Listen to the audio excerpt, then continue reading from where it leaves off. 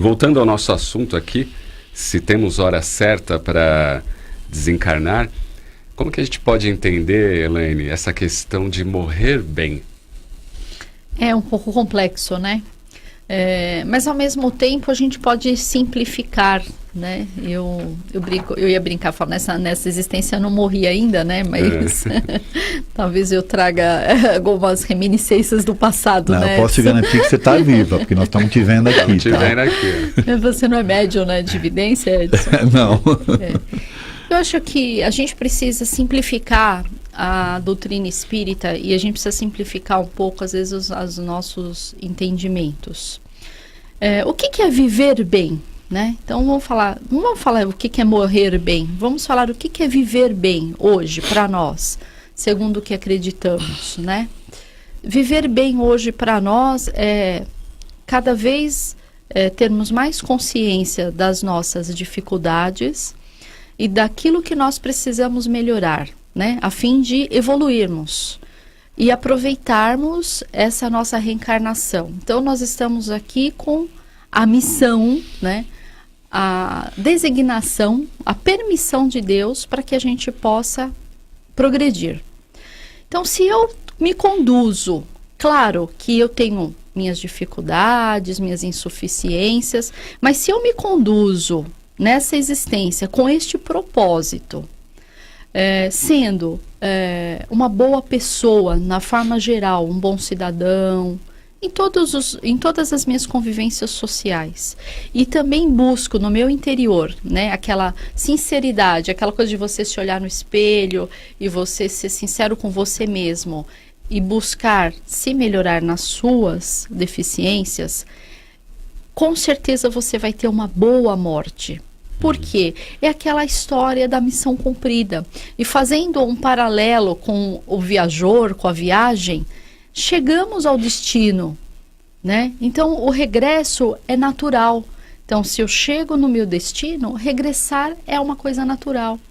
Agora, se a gente se conduz de uma forma totalmente desorganizada, sem propósito, fugindo de responsabilidades, insistindo nos velhos erros, né? Vivendo no orgulho, vivendo na avareza e todas essas outras questões morais aí que a gente tem, essas deficiências morais que ainda temos, apegados excessivamente à matéria.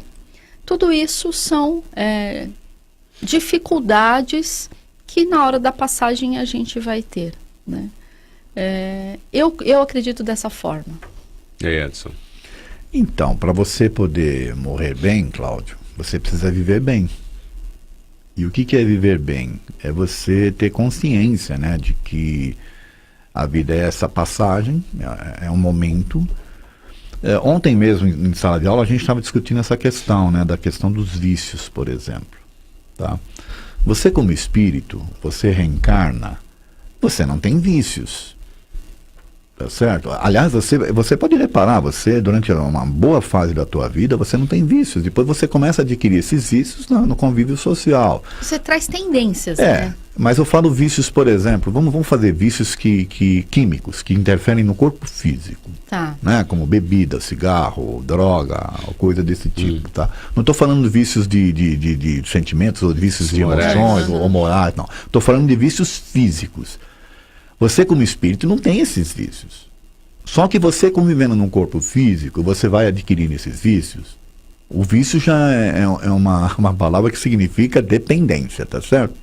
Você cria dependência daquela substância ou daquela situação em si, espiritualmente falando também.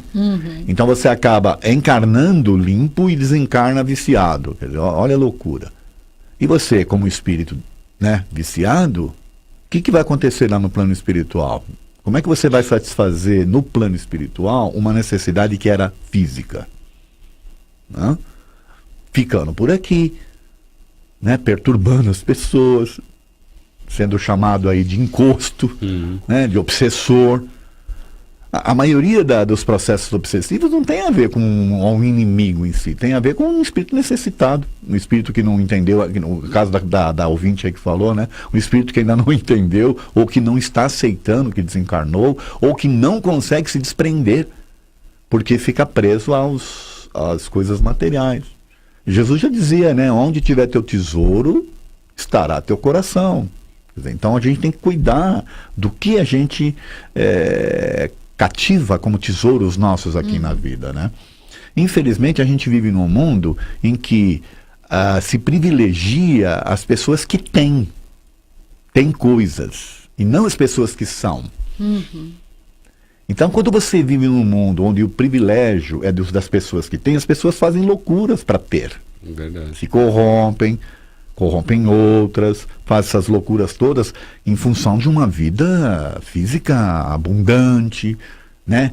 E aí você se entrega de tal forma que não percebe que existe algo muito além do que isso. Então, se você viver bem, no sentido que eu estou dizendo, né, de tentar fazer o seu melhor sempre, de ter consciência que você não pode ter domínio sobre tudo, sabe, de que uma hora você vai deixar tudo isso aqui para trás, não importa o momento que você vai desencarnar.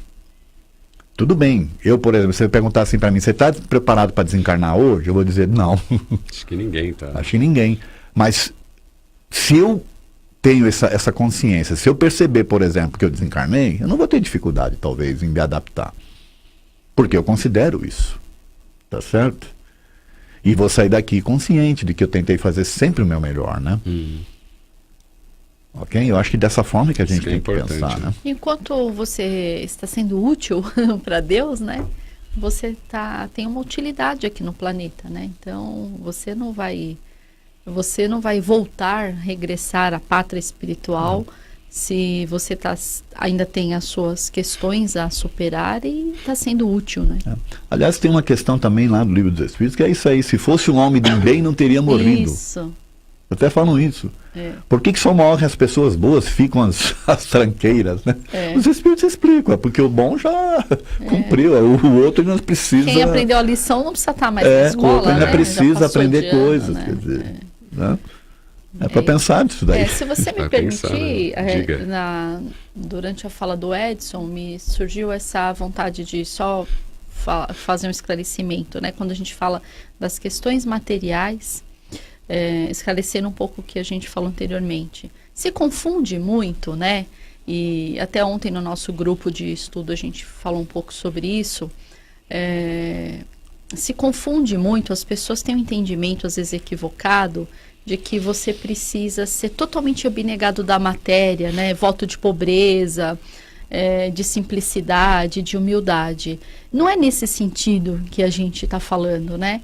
Porque quando a gente tem essa questão espiritual e material, tem que haver um equilíbrio, né? Nós estamos encarnados na Terra e nós somos seres nesse momento espirituais e materiais. Então, eu preciso da matéria para poder cumprir com toda essa designação dos planos divinos, né, dos planos reencarnatórios. Então, o que Jesus, a gente fazendo um paralelo, né, ele não veio aqui, ele não foi mártir ou sofreu pelo sofrimento, né, para ser mártir.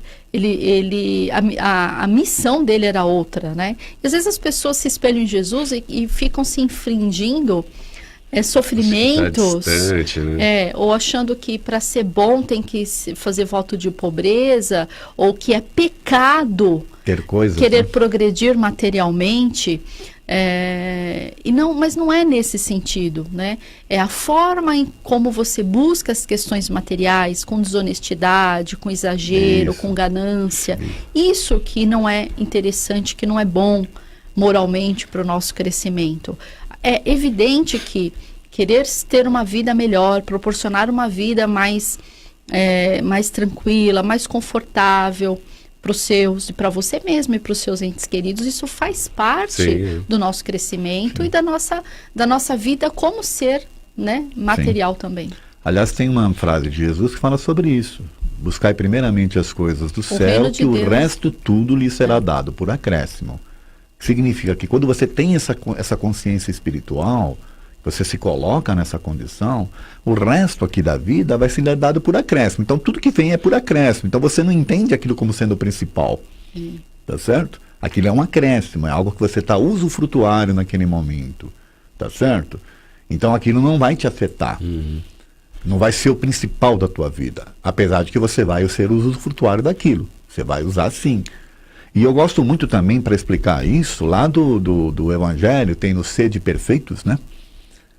Tem lá um homem no mundo.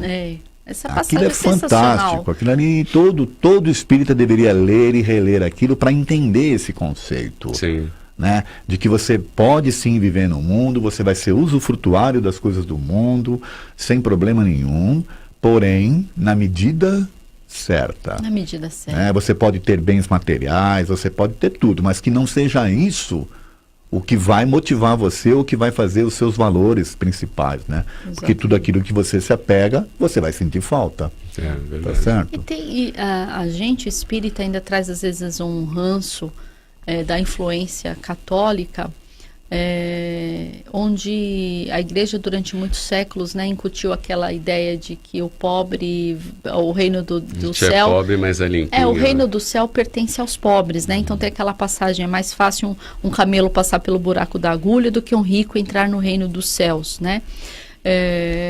Então, durante muitos anos se acredita nisso, se vem pregando isso, é porque, na verdade, a igreja queria amealhar todos os bens para si, os bens materiais, né, os seus tesouros e tudo mais, como conta a história.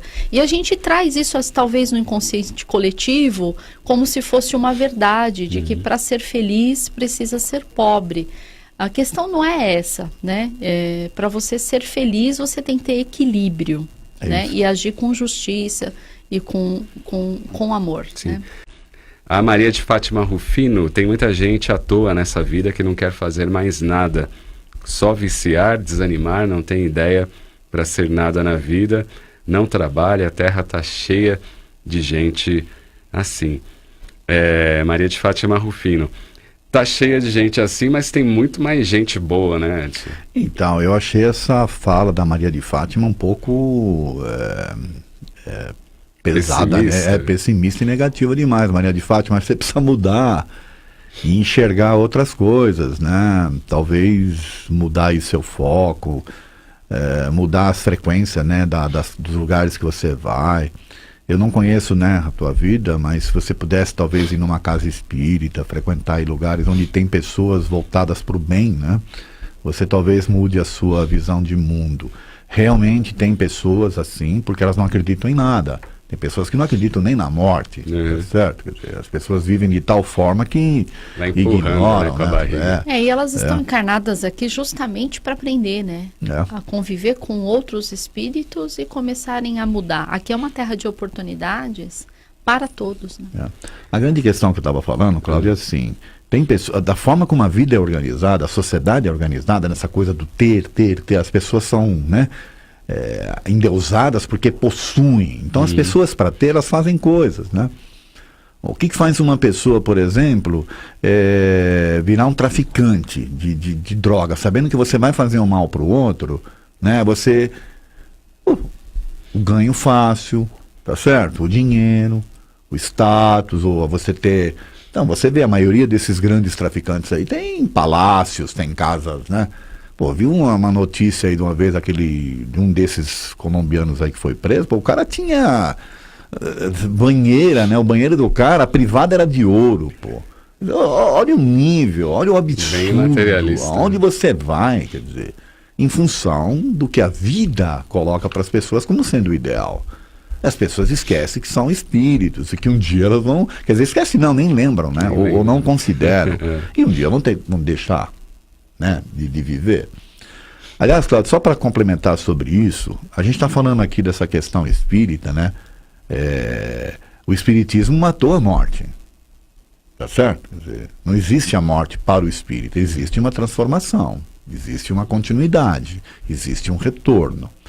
Porém, existem também já vários trabalhos sendo feitos aí por pesquisadores não espíritas, por cientistas, por psicólogos, né, por psiquiatras, que vêm percebendo que a morte não existe também. Aliás, eu queria convidar para conhecerem um livro do Ian Curry. O Ian Curry, ele é um canadense pesquisador, e ele escreveu um livro chamado You Cannot Die, quer dizer, você não pode morrer. Justamente baseado nessas pesquisas todas. Ele fala que nos últimos 100 anos, vários pesquisadores têm comprovado que a morte não existe. tá certo? Repete aí o nome do livro. É Ian Curie, o nome do homem, You Cannot Die, Você Não Pode Morrer. Eu não sei se esse livro já tem em português, tá? Mas é muito interessante, porque nesse livro ele aborda justamente nos últimos 100 anos, 100 anos de pesquisa sendo feita, que comprovam que a morte não existe. Que é uma continuidade, tá certo?